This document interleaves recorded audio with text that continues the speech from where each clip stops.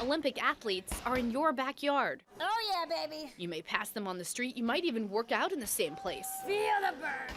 The USA field hockey team is based out of Spookynook Sports in Lancaster County.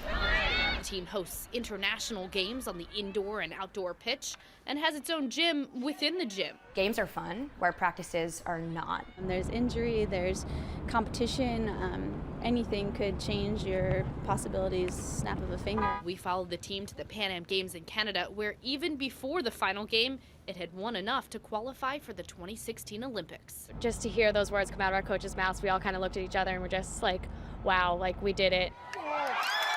And the wins kept coming, beating Argentina to win the Pan Am Games as well.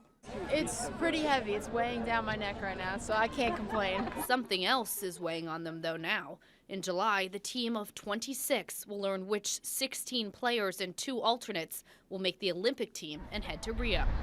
For some, it will be their first shot. Others already know it will be their last. What we're focused on and where we want to go is, standing on a podium. And you may be able to help put them there. They say support from you gives them fuel on the field. In Lancaster County, Caitlin Smith, News 8. To watch the women develop physically and in their game skills, and they really have earned their way to the 5th place in the world. The team credits the state-of-the-art facility here at Spookynook for its success. It has fewer distractions and much bigger muscles. The team has its own private workout room and locker room. Plus, just like in California, it can still train year-round thanks to the field inside the dome. And to think, it all came down to timing. They were looking for a new home, and we were building Spookynook, and so it came together pretty easily, actually. Pennsylvania is a hub for women's field hockey. 10 of the 16 Olympians on this year's team are from the Keystone State, and even more may be up and coming. It's already been strong, in our region, but to have this kind of talent, I think, really gives all the young women something to aspire to. Spookynook's aspiring as well to have more Olympians call this home. It's a large building, and so I think we'd have room for more.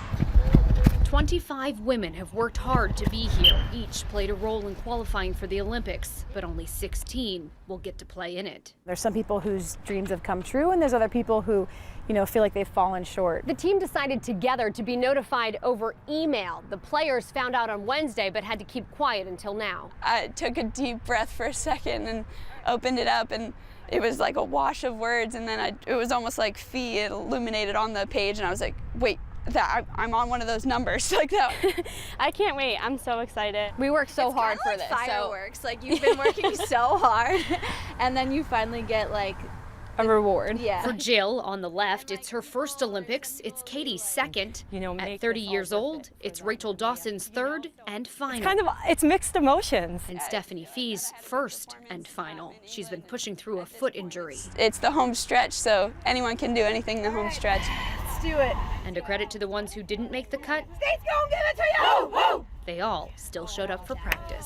In Lancaster County, Caitlin Smith, News 8. A time for each nation to come together and show off its best athletes. 2012 Olympia. These are some of ours. I don't know, I'm really excited for it. And Are we putting them at risk? Every world leader is going to be in Rio at some point during those weeks. Which could make it a target.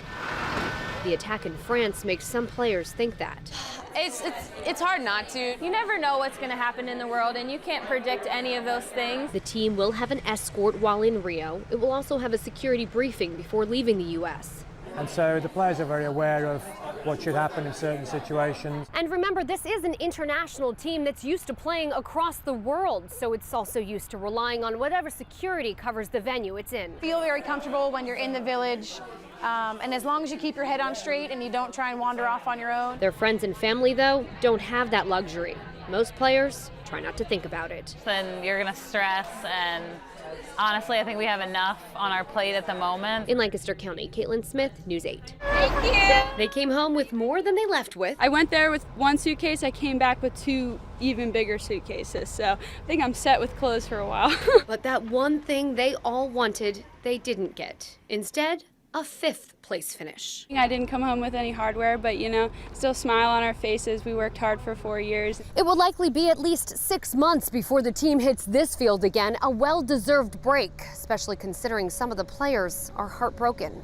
when you lose a game that matters, especially a quarterfinal game, it just makes the ending kind of, tough tough and it's bittersweet to be over because you don't want it to be over, but at the same time you are proud of it. Yeah, it's hard to think about, but it's just how it ended, so. It started much differently. The team went 4-0, and Lancaster County's Jill Whitmer was one of many to make a goal. Her dad took this picture from the stands in Rio.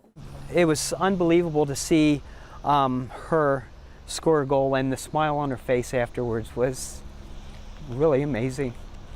The next goal? Train for Tokyo. In Lancaster County, Caitlin Smith, News 8.